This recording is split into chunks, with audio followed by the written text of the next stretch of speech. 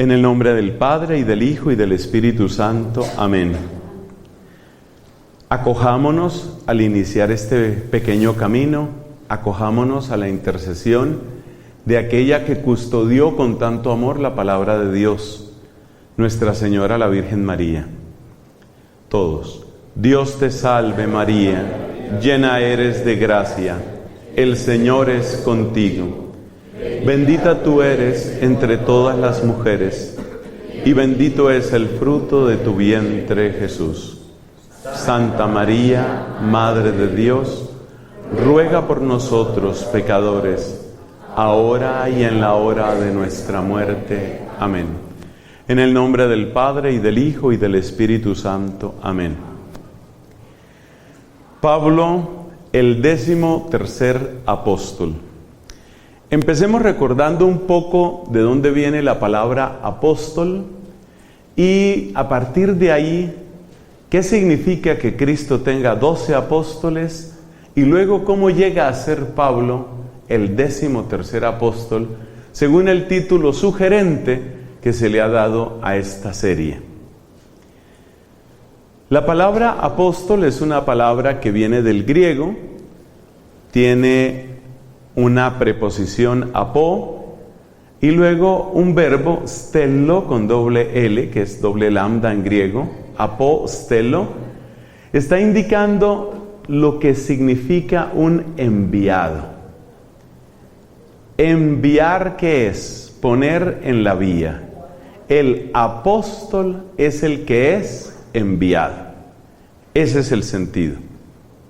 En el capítulo 3 del Evangelio según San Marcos, encontramos que se nos habla de los apóstoles de Cristo, apóstoles. Y se dice que son 12, y se dice cuál es la misión de ellos. Usted lo encuentra en el capítulo 3 de San Marcos. Escogió 12, un dato. ¿Para qué? Para 2 cosas. Para que estuvieran con Él y para enviarlos a predicar. Entonces, las características son 12, están con Cristo y Él los envía. ¿Por qué 12? 12, mis hermanos, es el número de Israel. El número de Israel. Recuerde usted que en la Biblia se nos dice que Jacob, el patriarca Jacob, tuvo 12 hijos. De modo que estos 12 hijos, que luego dan los nombres a las tribus de Israel, son los que determinan el pueblo de Dios. Y por eso el número 12 es el número de Israel. Esa es la afirmación que podemos hacer. Cuando Cristo elige 12 apóstoles, con ese número está enviando un mensaje. ¿Cuál es el mensaje? Si 12 es el número de Israel y Cristo elige a 12, ¿qué está diciendo? Que está renovando a Israel, está recogiendo a Israel, está dando origen al nuevo Israel. Efectivamente, en el profeta Ezequiel y en muchos otros lugares, encontramos bellas promesas que se refieren a la restauración de las 12 tribus. Eso nunca sucedió en la historia, la restauración de las 12 tribus. Pero Cristo, repito, en el capítulo 3 de San Marcos, llama a 12, como diciendo, aquí es donde se realiza la restauración, la renovación de Israel, el nuevo Israel. ¿Cuál es el propósito de llamarlos? El mismo texto bíblico lo dice. Nos dice que estos apóstoles fueron llamados para estar con Cristo y para ser enviados por Cristo. Si usted examina, se da cuenta que hay como una especie de contradicción, porque dice estar con Cristo y ser enviados por Cristo. Pues da la impresión de que ser enviado implica una separación. Entonces uno diría, si los envía, ya no están con Él. Y uno diría, si están con Él, no pueden ser enviados. Uno ve una contradicción, pero precisamente la naturaleza del ministerio apostólico consiste en recorrer el camino sin apartarse de Cristo y estar con Cristo acercándose a los hombres. O sea que el gran reto del apóstol es al mismo tiempo permanecer con Cristo y ser enviado por Cristo. Lo voy a decir de esta otra manera. El reto de los apóstoles es que cuando recorran los caminos no dejen de estar con Cristo, y cuando estén con Cristo no olviden y no se alejen de las necesidades, de los dolores, de las preocupaciones, de las dificultades del pueblo. O sea que el apóstol tiene como una función de puente. Tiene que quedarse con Cristo, pero a la vez tiene que llevar a Cristo.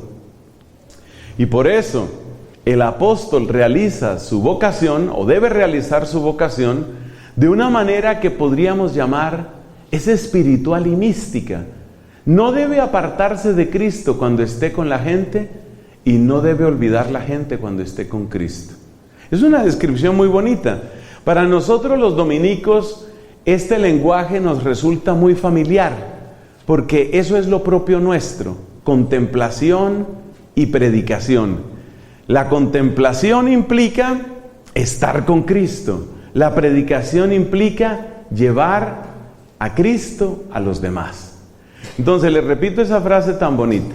Lo propio de los apóstoles es no separarse de Cristo cuando estén con la gente, y no olvidarse de la gente cuando estén con Cristo. Por eso la labor del apóstol es una labor de puente, una labor de puente. Eso es lo propio de un apóstol, según ese texto bíblico. Entonces, ¿quiénes son los apóstoles? Pues los apóstoles son los cimientos del nuevo Israel, y estos apóstoles tienen como característica servir de puente, es decir, que no se apartan de Cristo cuando están con la gente y no se olvidan de la gente cuando están con Cristo. Es bellísimo, es algo realmente muy hermoso. Esto que se cumple en los apóstoles se cumple proporcionalmente en muchas otras personas. A ver, los sucesores de los apóstoles son nuestros obispos. Colaboradores de los obispos somos, por ejemplo, nosotros los sacerdotes. ¿Y cómo debe ser un sacerdote? Fíjese que esto se aplica inmediatamente. ¿Cómo debe ser un sacerdote? Mire, cuando estés con la gente, que no se te olvide estar con Cristo. No sea que estando con la gente se disuelva lo que tenías que darles, lo que tenías que entregarles, y te vuelves simplemente una sal que no sala, una sal que se volvió sosa. Entonces el sacerdote tiene que permanecer con Cristo cuando esté con la gente, pero cuando esté junto a Cristo en su oración, en su contemplación, en su retiro, que no se le olvide que hay un pueblo y que ese pueblo sufre y que hay mucha gente que tiene necesidad. Entonces el apóstol tiene una labor de puente. Nos falta un elemento más para cerrar esta definición de lo que son los apóstoles. En Hechos de los Apóstoles, libro de los Hechos de los Apóstoles, capítulo 1, usted se encuentra cuáles son las condiciones que se piden para reemplazar a Judas Iscariote. Judas Iscariote pues fue el traidor, el que entregó al Señor. Judas Iscariote, según nos cuentan tanto los evangelios como el libro de los Hechos, pues él se suicidó. Entonces hay que reemplazar a Judas. Primera pregunta, ¿por qué hay que reemplazar a Judas? Por el número 12, exactamente. No se debe perder la voluntad de Cristo, que a través del número 12 estaba enviando un mensaje. El mensaje es: este es el nuevo Israel, este es el nuevo pueblo de Dios. Por eso hay que recuperar el número 12. Y usted puede leer en Hechos de los Apóstoles, me disculpan que no leamos los textos aquí, pero ustedes se dan cuenta que tenemos que cubrir mucha materia, y si nos detenemos en cada texto no vamos a alcanzar, me disculpan eso, pero ustedes pueden buscar los textos después. Entonces, en Hechos de los Apóstoles, capítulo 1, usted se encuentra algo muy importante, y es el reemplazo de Judas Iscariote. ¿Y cuál es el criterio para reemplazar a Judas Iscariote? El criterio que da el apóstol Pedro es este: 1, que haya estado con nosotros desde el bautismo de Juan. Que haya estado con nosotros desde el bautismo de Juan. Entonces, ¿cuáles son las características del apóstol que se deducen de esa frase de San Pedro? Que claramente es el que guía, el que dirige, el que pastorea ese rebaño que ha quedado ahí. Recuerde que Hechos de los Apóstoles capítulo 1 es antes de Pentecostés, porque Pentecostés pues está en el capítulo 2. Entonces, ¿qué deducimos del criterio de San Pedro sobre los apóstoles? ¿Qué deducimos? Mire, tiene que ser alguien que haya estado desde el bautismo de Juan. ¿Esto qué implica? Alguien que tenga experiencia de comunidad y alguien que pueda ser testigo. ¿Testigo de qué? Testigo de que el mismo que hizo los milagros, que hizo los exorcismos, el mismo que caminó en Galilea, ese mismo, el mismo que recorrió Samaria o Samaria dicen otros, ese mismo, el mismo que murió en la cruz, es el mismo que ha resucitado. Es decir, que aparecen aquí dos características del apóstol. Debe tener una experiencia de discipulado en comunidad, porque dice con nosotros, y tiene que ser testigo. ¿Testigo de qué? De que el mismo que fue crucificado ha resucitado. Porque en efecto, el mensaje fundamental de los apóstoles es el mensaje de la resurrección. Eso lo puede encontrar usted perfectamente en los capítulos 3 y 4 de Hechos de los Apóstoles. De hecho, la razón por la que persiguen, encarcelan, azotan a los apóstoles, sobre todo a Pedro y Juan, la razón por la que eso sucede, ¿cuál es? Nos dice la Biblia, porque estaban predicando la resurrección. Entonces resumamos, para cerrar esta breve introducción sobre qué es un apóstol. Resumamos las características de los apóstoles. Entonces nos van a salir como unas 4 o 5. Mire, primero, son cimiento del nuevo Israel. Eso es clave. Segundo, permanecen junto a Cristo, incluso cuando están en medio de la gente. Tercero, no olvidan el dolor y la necesidad de la gente cuando están con Cristo. Por eso, estas dos características, la 2 y la 3, nos hablan de que ellos son puente, como tiene que ser el sacerdote, como tiene que ser la religiosa, como tiene que ser el misionero, como tiene que ser el catequista. En realidad, todo discípulo del Señor. Entonces llevamos 3. Cimiento del nuevo Israel. No se apartan de Cristo cuando están con la gente. No se olvidan de la gente cuando están con Cristo. Cuarta característica. Dijimos, tienen una experiencia de discipulado. ¿Cómo fue que dijimos? Eso, discipulado en comunidad. Discipulado en comunidad. Y usted se va a dar cuenta que cuando aparezca San Pablo, él le da importancia a eso. Por eso en la carta a los Gálatas él dice, me acerqué a los que son columnas para estar en comunión con ellos. Entonces, cuarta característica, discipulado en comunidad. Y la quinta característica, que es la más importante en los Hechos de los Apóstoles, es testigos de ¿qué? De la resurrección. ¿Y qué significa ser testigo de la resurrección? Poder decir, ese que se murió porque yo sé que se murió, está vivo porque yo sé que está vivo. Estas son las 5 características estrictas de los apóstoles. 5 características. Y resulta que en Hechos de los Apóstoles, capítulo 1, usted se encuentra que esas características las pudo cumplir un hombre, o mejor dicho 2. ¿Se acuerda que fueron 2? ¿Ustedes se acuerdan cuál fue el otro? El uno fue Matías y el otro era... No. A ver, ¿cuál era el otro? Abra su Biblia ahí. Que esto se está filmando. Dios mío, Escuela de Teología Santa Catalina. ¿Ah? Ese. Entonces, mire bien el nombre, por favor. ¿Cómo se llamaba? Porque no se le puede confundir con Bernabé. Con Bernabé. Ese era otro que se llamaba Juan Bernabé. Bernabé es un apodo que significa el consolado o el hijo de la consolación. Pero en Hechos de los Apóstoles capítulo 1 se da el nombre de los dos. ¿Cuáles eran los dos? No lo han encontrado, Dios mío.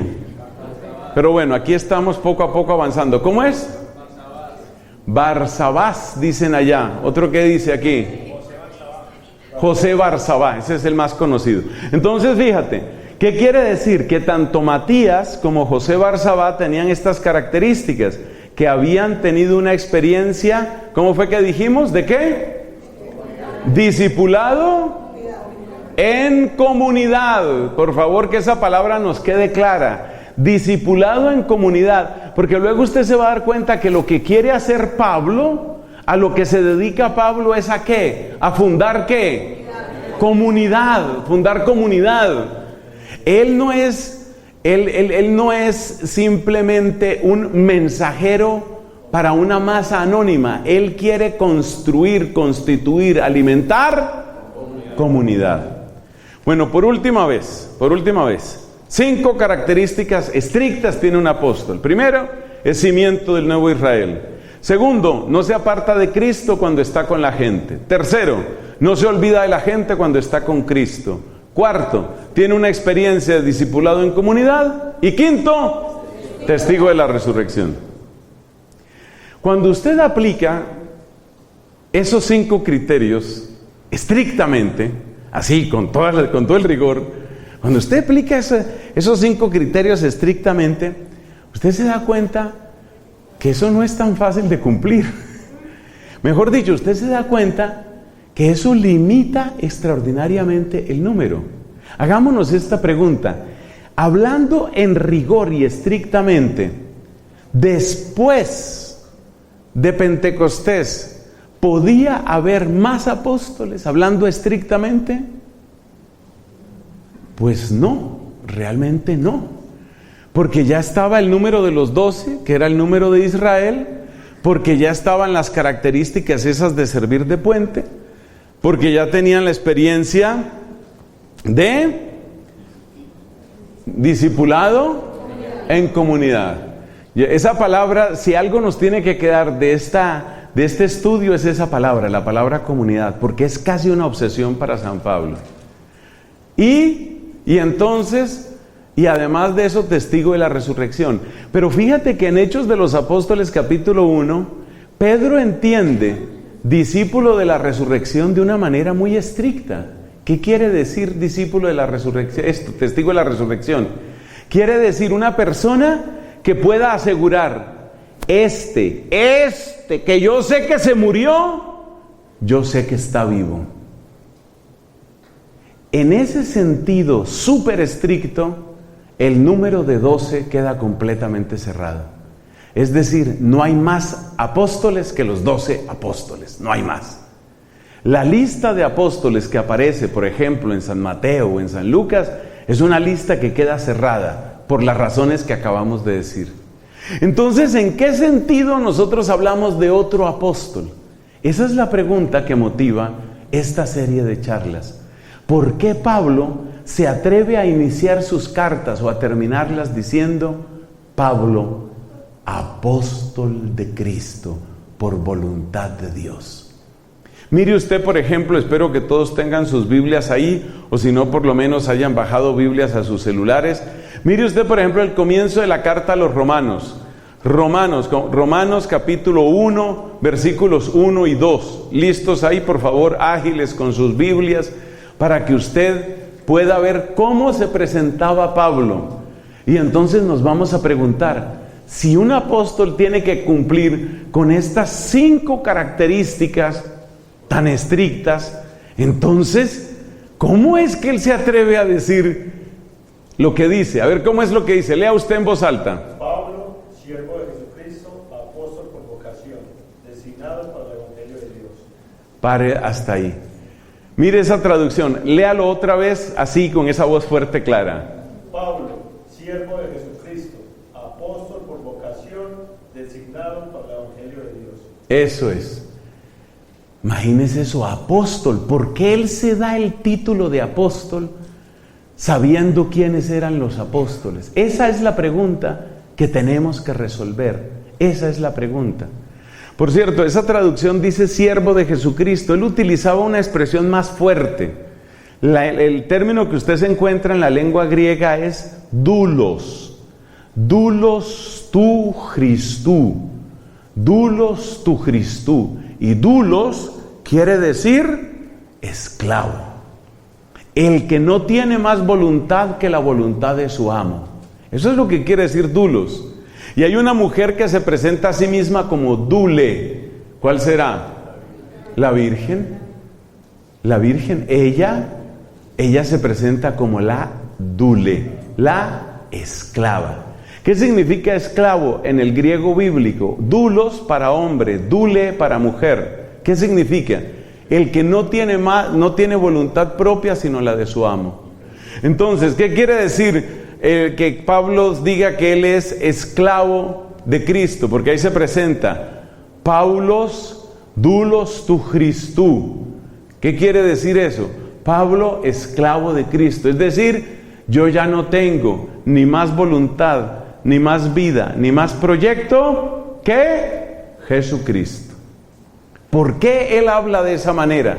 Eso es lo que queremos, con la bondad de Dios, con la misericordia de Dios. Eso es lo que queremos examinar en estas charlas. ¿Por dónde empezamos? Empezamos por aquí. Empezamos por el reino. Y seguramente eso le puede sonar un tanto extraño a más de uno. ¿Por qué empezamos?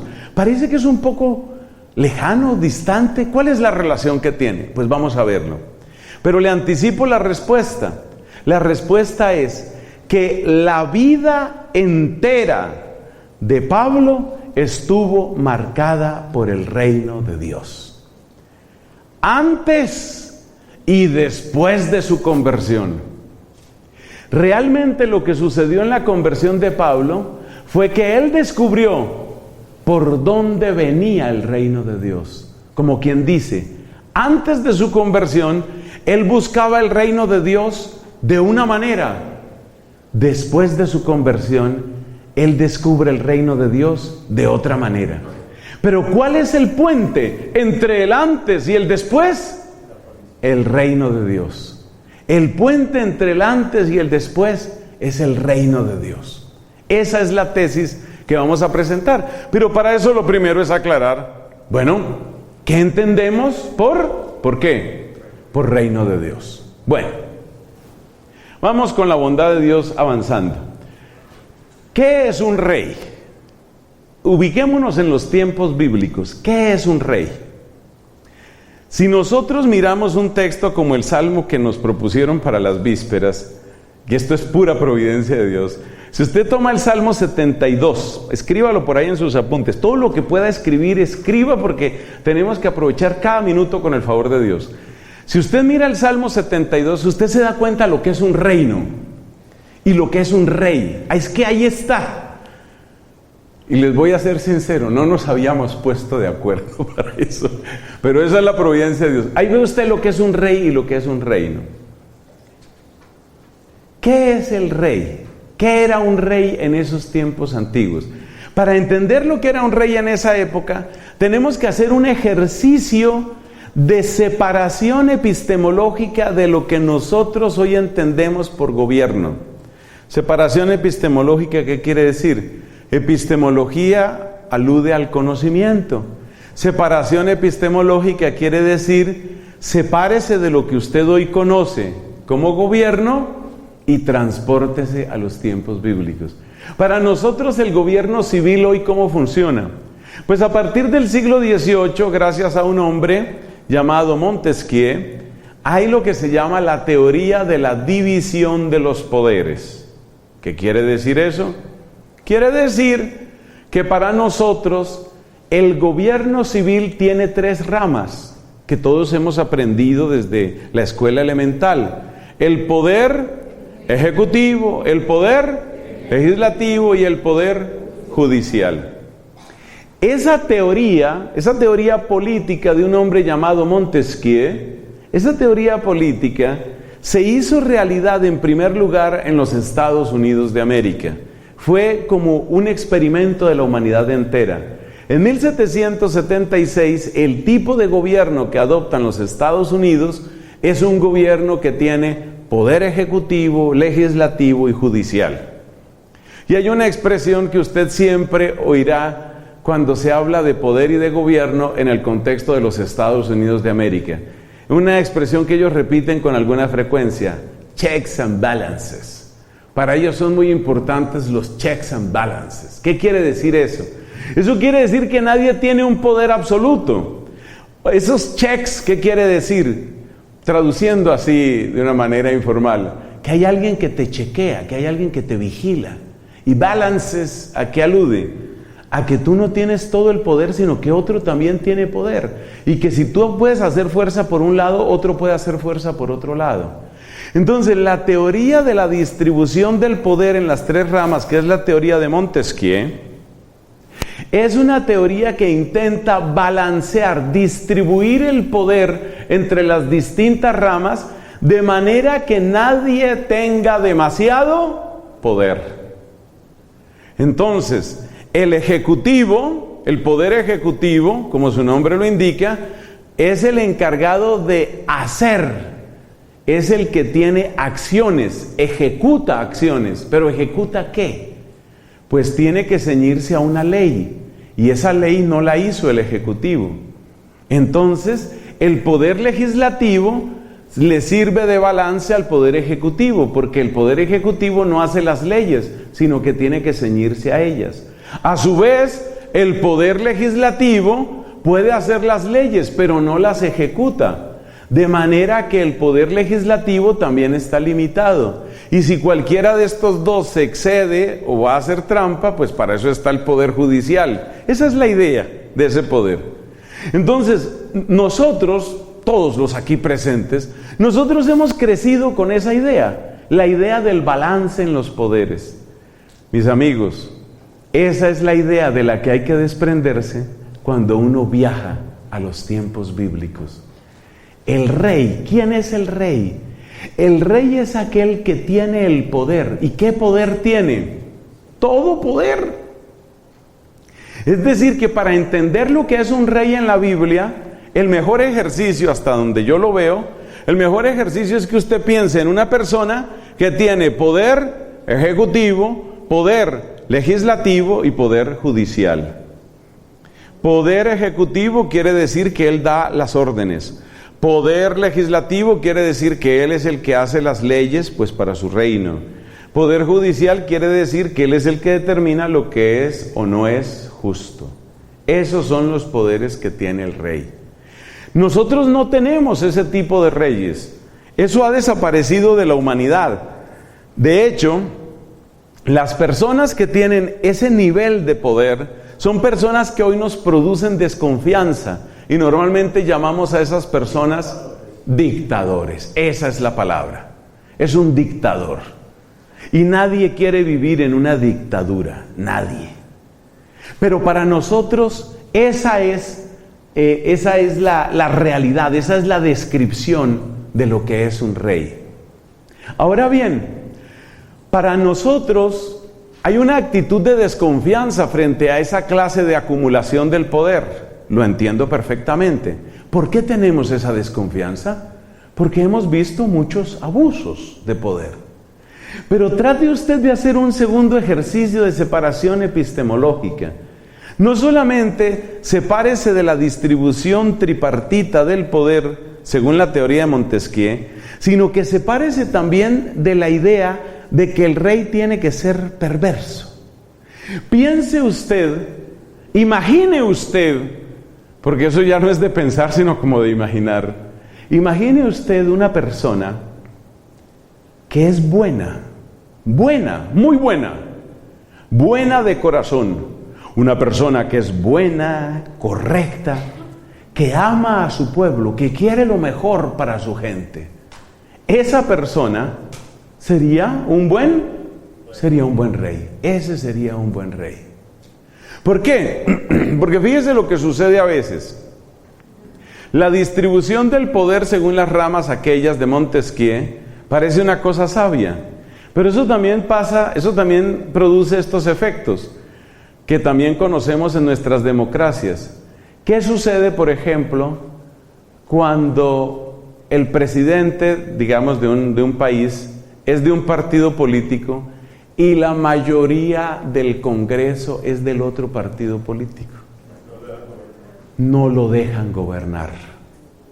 Entonces, no debemos idolatrar las dictaduras, eso se sabe, pero tengamos cuidado también de idolatrar la democracia, porque la distribución de poderes también significa muchas veces que un presidente o un alcalde o un gobernador puede tener muy buenas intenciones y sin embargo, como tiene que ganarse a los que legislan, a veces no le dejan legislar.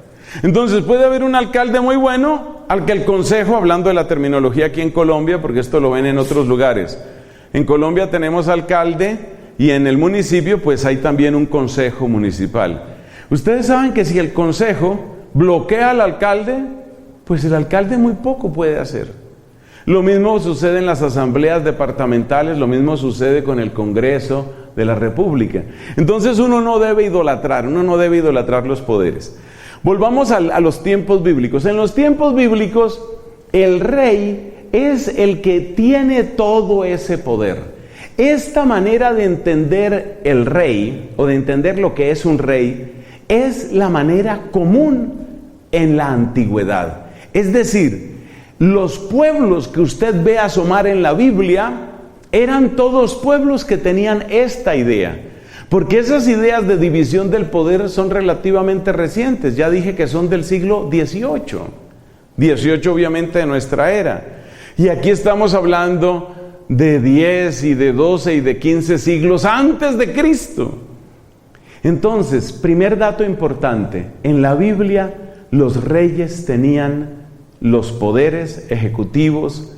¿Cómo es? Ejecutivo, legislativo y judicial. Ese dato, por favor, escríbalo por ahí, porque eso le va a aclarar mucho. Segundo dato importante.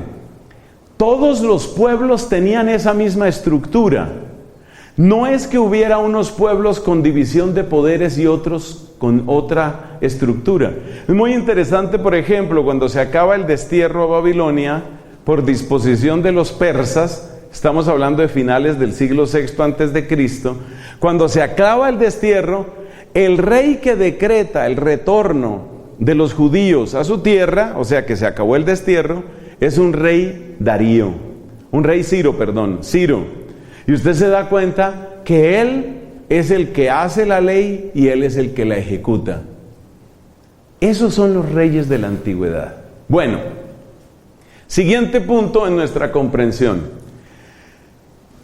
Si nosotros tenemos esto claro, hagámonos la siguiente pregunta. ¿Qué palabra puede describir la relación de Dios con su pueblo? ¿Dios le tiene que consultar a alguien? ¿Dios le tiene que pedir permiso a alguien? ¿Dios tiene que ser juzgado? ¿Sus acciones son juzgadas por algún otro? No. Entonces, aquí viene un dato importante. La palabra que mejor describe la relación entre Dios y su pueblo es la palabra Rey. Dios es el Rey. Dios es el Rey. Para el pueblo de Israel, Dios es el Rey. No hay otra palabra que describa mejor esa relación. Dios es el Rey, ¿qué quiere decir? Dios es el que les da la ley. Dios es el que castiga a los transgresores. Dios es el que realiza su voluntad, o sea, tiene poder ejecutivo, legislativo y judicial, por seguir con esa terminología. Él es el Rey. Él es el Rey. Con estos datos, usted puede entender lo que significa en el primer libro de Samuel. Vaya buscando, por favor, el primer libro de Samuel. Y en el primer libro de Samuel, por allá a la altura como del capítulo, ¿qué será eso? Cuarto, quinto, usted se va a encontrar con que el pueblo pide un rey. El pueblo pide un rey. Ese capítulo no me lo sé de memoria, me disculpa, pero usted lo va a encontrar ahí. El pueblo pide un rey. Mire a ver si es el 4, 5, un poquito más. El 8, estaba lejos. Ella me dice que el 4. No, es el 8. El pueblo pide un rey.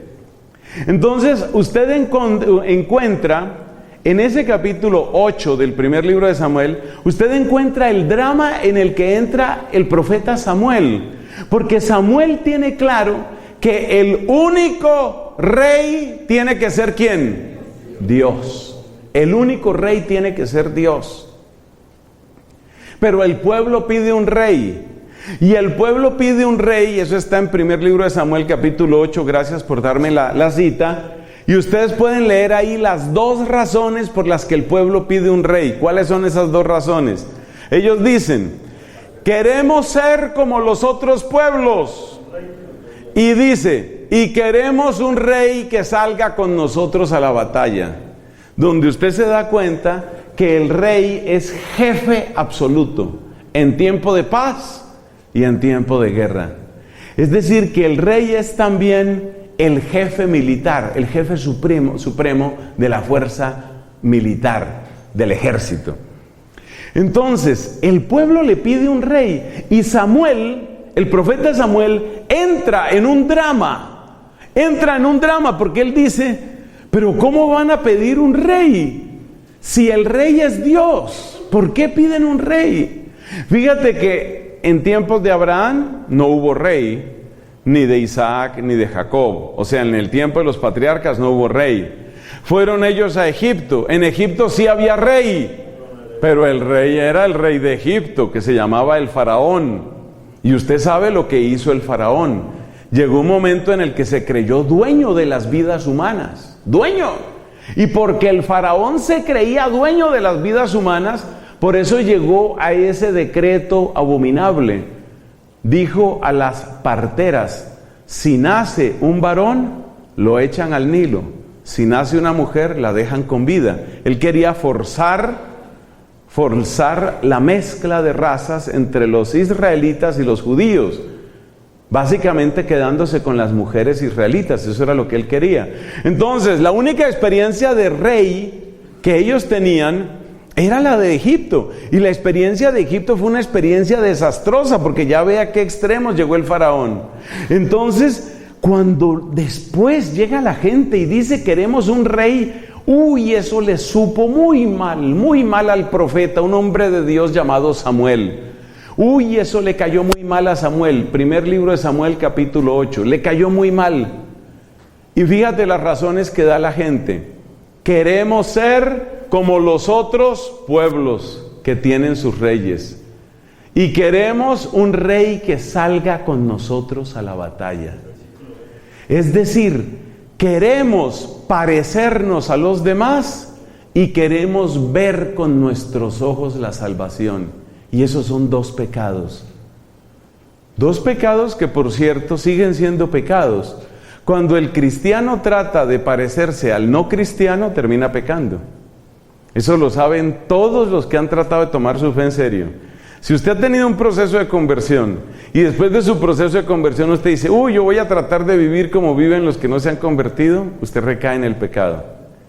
Y eso fue lo que hizo el pueblo. Queremos vivir, queremos ser como los otros pueblos.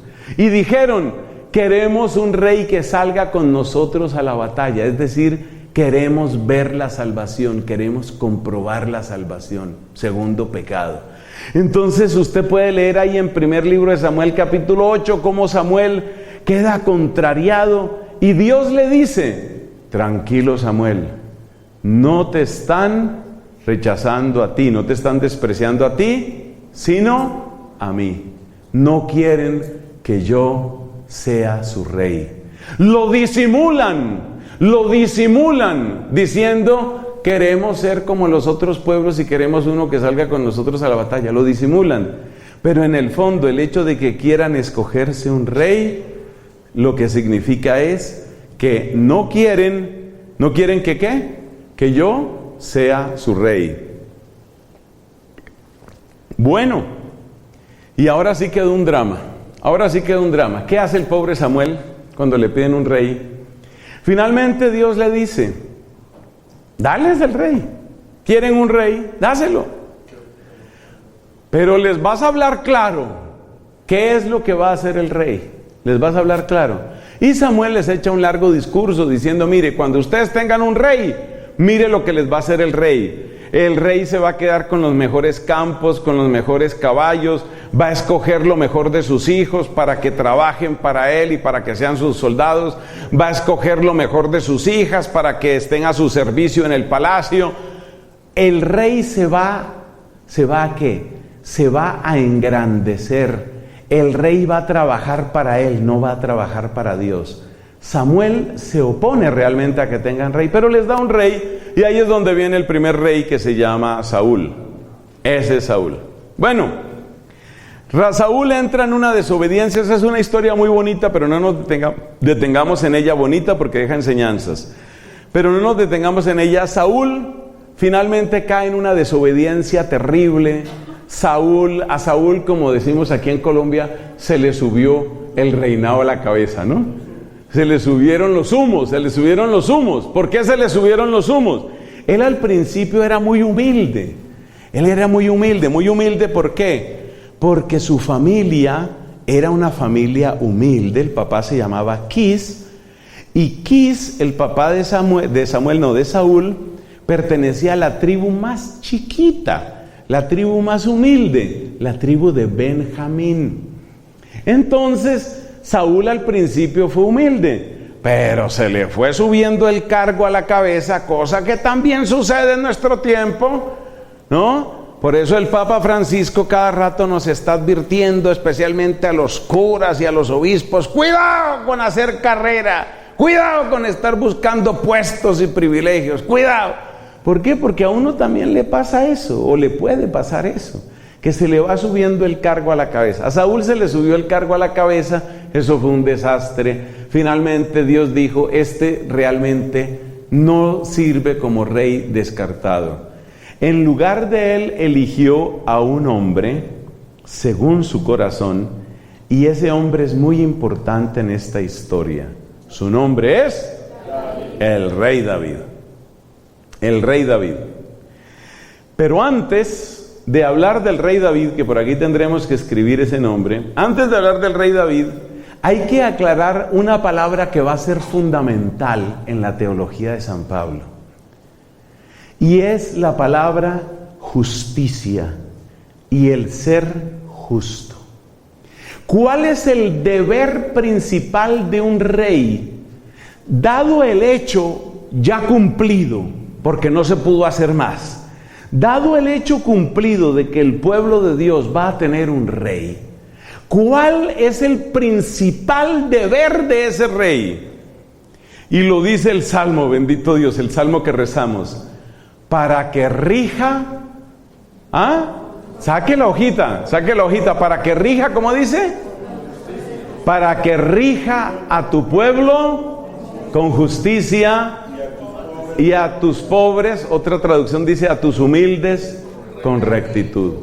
El deber fundamental del rey, para que el rey no sea otro Saúl, para que no se te suba el cargo a la cabeza, para que el cargo no te envenene, es necesario que se cumpla, que rija al pueblo con justicia.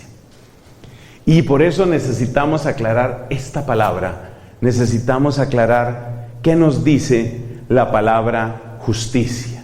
¿Qué quiere decir esa palabra justicia? Mire, bendito sea Dios, hace unos años me enseñaron algo que repito siempre que viene la ocasión, como ahora. ¿Sabe qué significa la justicia? Nosotros tenemos, en castellano, tenemos un verbo que se acerca mucho a la idea hebrea de justicia. ¿Sabe cuál es ese verbo? Ajustar. Ajustar. Usted ha visto, por ejemplo, cuando una puerta no cierra bien y usted dice está desajustada. Y entonces hay que contratar a alguna persona para que ajuste la puerta. Cuando la puerta ya quedó ajustada, ¿qué quiere decir? Que cierra bien. El marco queda perfectamente ajustado. Entonces, podemos decir en castellano clásico, ¿cuál es el deber fundamental de un rey según la Biblia? El deber fundamental es ajustar. ¿Y qué significa ajustar? O lo que traduce el Salmo ahí, para que rija a tu pueblo con justicia. ¿Qué significa eso? Para que ajuste al pueblo. ¿Cómo así para que ajuste al pueblo? Mire, usted piensa en la puerta y el marco. Cuando la puerta está desajustada, como que la puerta no entra en el marco, como que le sobra la puerta o le sobra el marco. ¿Cierto? Eso es lo que significa desajustado. ¿Sabe usted lo que significa ajustar? Que la puerta sigue el contorno del marco. ¿Qué significa entonces que el rey, el deber fundamental del rey es que ajustar? Vamos a escribir aquí esa palabra clave. Lo clave del rey es ajustar. ¿Y ajustar qué es? Lograr que el pueblo se ajuste. ¿Se ajuste a qué? ¿A qué dirá usted? ¿Que se ajuste a qué? A la voluntad de Dios, al plan de Dios, al querer de Dios, a la ley de Dios. Entonces, la idea de tener un rey es una idea muy peligrosa. Eso es lo que usted lee en primer libro de Samuel capítulo 8. La idea de tener un rey es una idea muy peligrosa, pero el Salmo 72, insisto, con el que hemos rezado hoy, el Salmo 72 nos muestra cuál puede ser el rostro de un verdadero rey. ¿Y cuál es la respuesta? El verdadero rey es el rey que ¿qué? ¿Qué? Use el verbo, el rey que ¿qué? Que ajusta al pueblo a la voluntad de Dios. Y para eso el primero que tiene que ajustarse a la voluntad de Dios, ¿quién será? El rey, exactamente. Entonces, ¿qué es un rey según la Biblia? Rey según la Biblia es aquel que en primer lugar se ajusta, es decir, se ciñe, se apega a la ley de Dios, al querer de Dios, a la voluntad de Dios. Rey es el que se apega a la voluntad de Dios. Él se ajusta. Y como Él se ajusta a la voluntad de Dios, entonces Él ajusta al pueblo a la voluntad de Dios. Ese es un rey. Ese es un rey. ¿Y qué pasa cuando una persona se ajusta, sea rey o no rey? Cuando una persona se ajusta a la voluntad de Dios, ¿eso qué nombre recibe en la Biblia? Esa persona, nosotros lo llamamos un santo. ¿Ellos cómo lo llamaban? Justo, exactamente. Mis hermanos, hemos encontrado el sentido de la palabra justo. Justo en la Biblia, ¿quién es? El que ¿qué? El que se ajusta. ¿A qué? Al querer de Dios, a la voluntad de Dios, al plan de Dios, a la ley de Dios. Todas estas palabras son prácticamente sinónimas en la Biblia. El querer de Dios, la voluntad de Dios, la ley de Dios, la palabra de Dios, todo esto es sinónimo.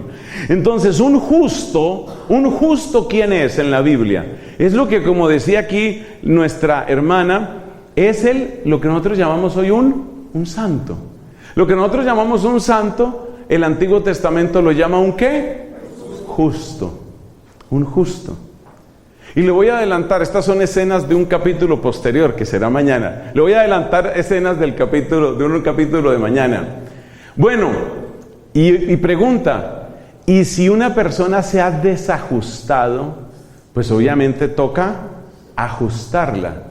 Pero la mayor parte de las Biblias, o mejor dicho, ninguna que yo conozca, utiliza el verbo ajustar, que es como tan colombiano en muchas cosas. ¿Cuál es el verbo? Quien acierte esto debería ganarse un premio. Lo que pasa es que, mire, ¿cuál es el verbo que utiliza San Pablo, sobre todo en la carta a los Romanos? En vez del verbo ajustar, ¿cuál es el verbo que se utiliza? Hermano, si usted encuentra esa palabra, usted está en plena sintonía con este hermoso curso que estamos teniendo. ¿Cuál es la palabra? Porque en las Biblias usted no se va a encontrar la palabra ajustar, pero usted se va a encontrar otra palabra que la repite mucho San Pablo, sobre todo en la carta a los Romanos, y esa palabra es fundamental para entender toda la teología de San Pablo, y ahí es donde usted se da cuenta por qué lo del reino de Dios es clave. Bueno, ¿cuál será esa palabra? Convertir, gracia, seguir, permanecer es San Juan. Permanecer en San Juan. Ah, esa palabra, esa palabra es tan importante en la carta a los romanos. Mire un poquito, mire la carta a los romanos, mire por ahí un poquito la carta a los romanos. ¿Qué tal que le salga esa palabra? Esa palabra es fundamental, porque esto que estamos viendo nosotros aquí despacito, hermanos míos, de esto fue que bebió San Pablo, de esto.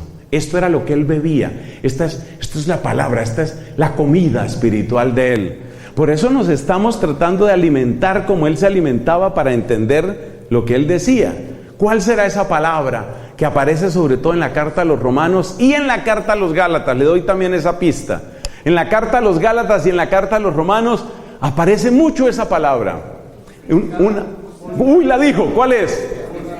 Justificar, exactamente, esa es la palabra.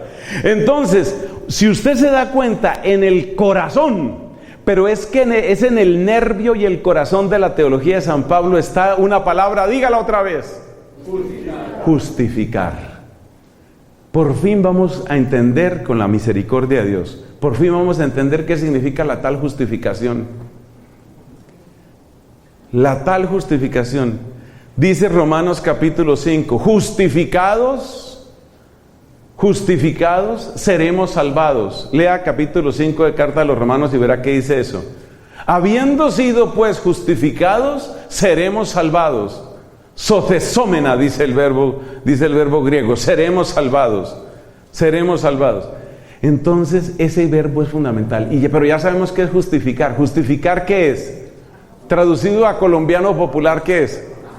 Ajustar. Entonces, ¿qué es el ser humano para San Pablo? Esto son escenas de otros capítulos, ¿no? Pero lo bonito es así, ir viendo cómo se desarrolla la idea. Entonces, ¿qué es el ser humano para San Pablo? El ser humano es ¿qué? ¿Es un qué? ¿Qué es el ser humano para San Pablo? Por favor, lo necesito inteligente y presente aquí. A ver, ¿qué es a la luz de lo que estamos diciendo, qué es el ser humano para San Pablo? ¿Es un qué? ¿Un qué? ¡Ay, Dios mío! Voy a sufrir. Hermanos queridos, pero bueno, para eso estamos aquí, estamos aprendiendo todos. ¿Sabe qué es el ser humano para San Pablo? Es un desajustado. ¿Sí? Claro, todos estamos desajustados. Esa es la teología de San Pablo. La teología de San Pablo es tan sencilla como esa. Como eso, todos estamos desajustados.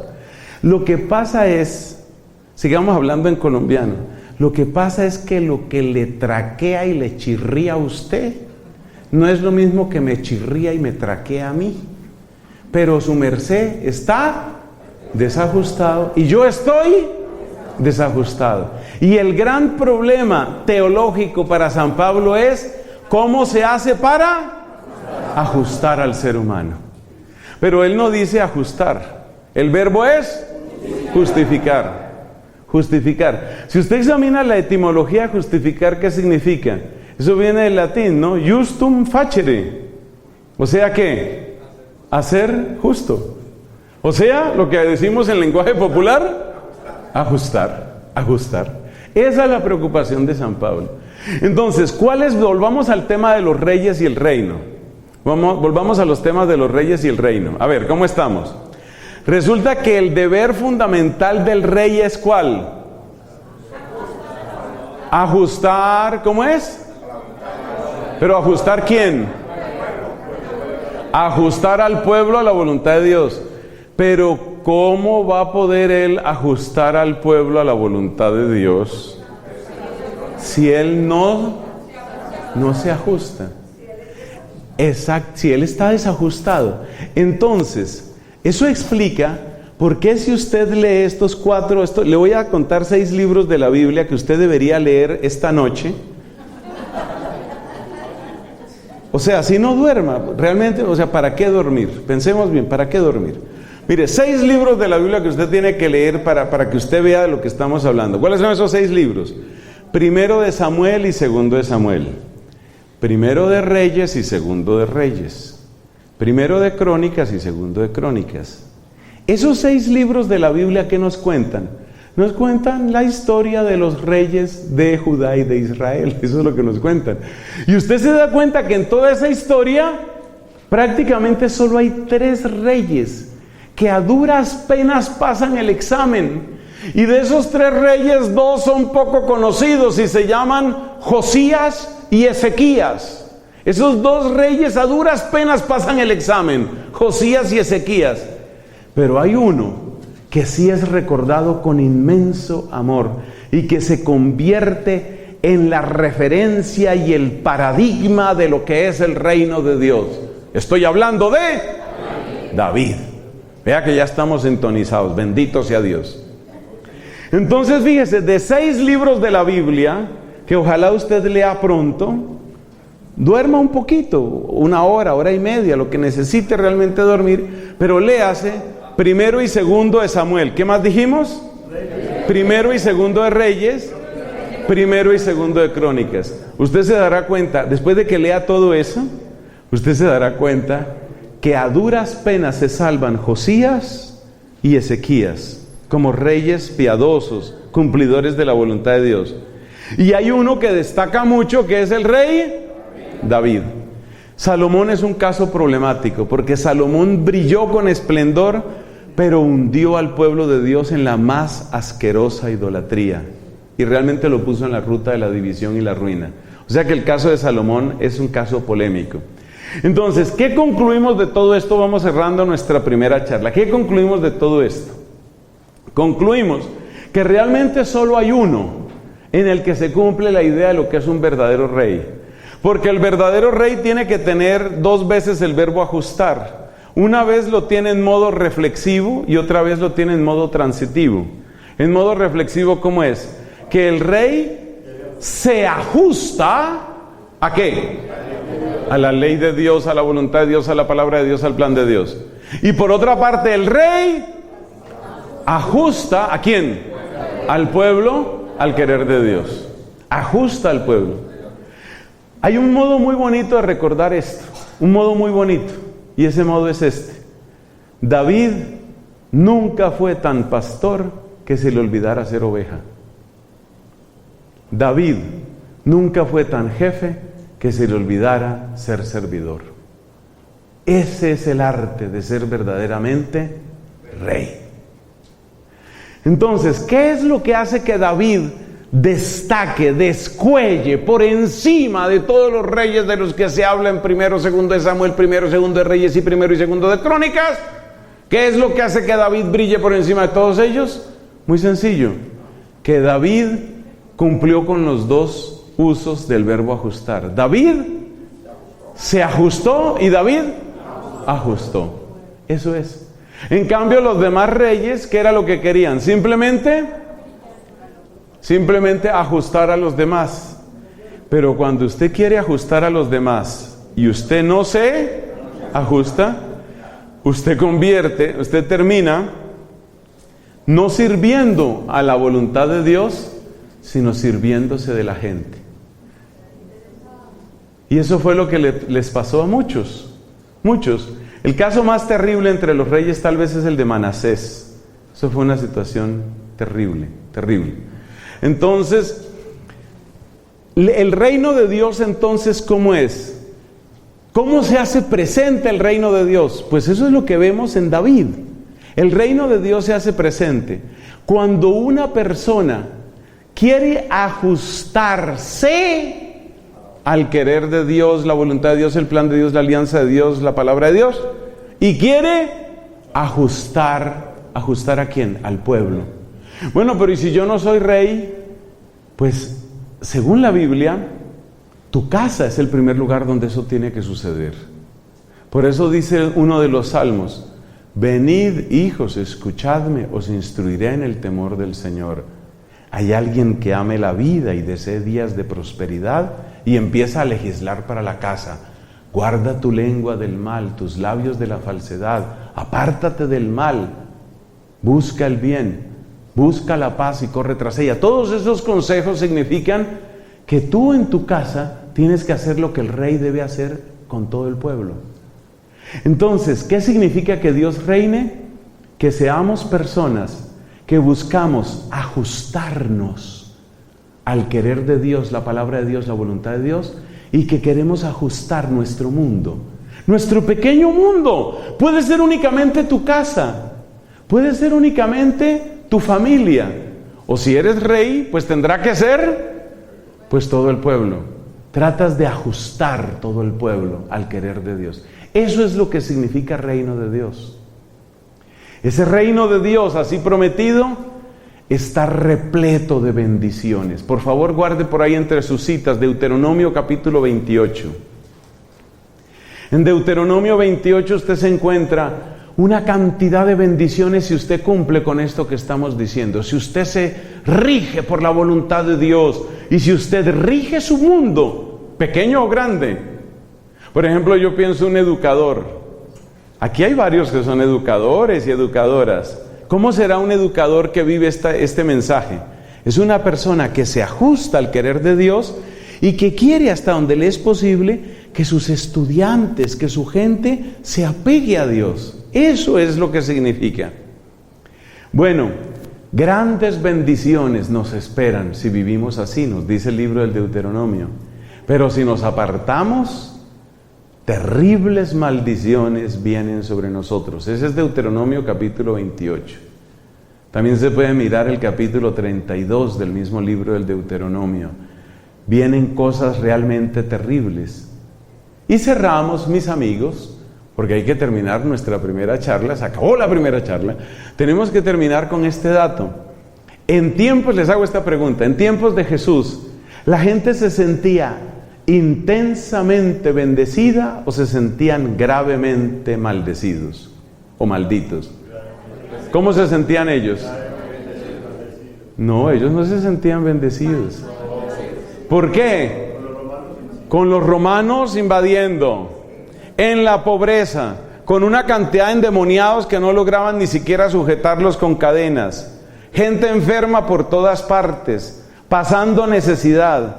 Pero de todo eso, incluso más que los demonios, lo que más les dolía a ellos era cada vez que pasaban, voy a decir casi una grosería, esos desgraciados romanos pasaban con su águila imperial. Uy, eso era lo que les servía la sangre, porque el águila imperial era la señal idolátrica del imperio diciendo: a Roma no la vence nadie. Y tú te imaginas lo que es estar un judío y ver que viene la procesión de soldados con su águila, pasan delante de ti y están diciendo: a Roma no la vence nadie, y tú creyendo en Yahvé Dios y viendo eso, y cállate y muérdete la boca. Realmente ellos se sentían maldecidos, se sentían mal. Por favor, ver libro de Daniel capítulo 3, busquen el texto. Tiene que ser en Biblia católica, la Biblia protestante no tiene el texto que le voy a decir.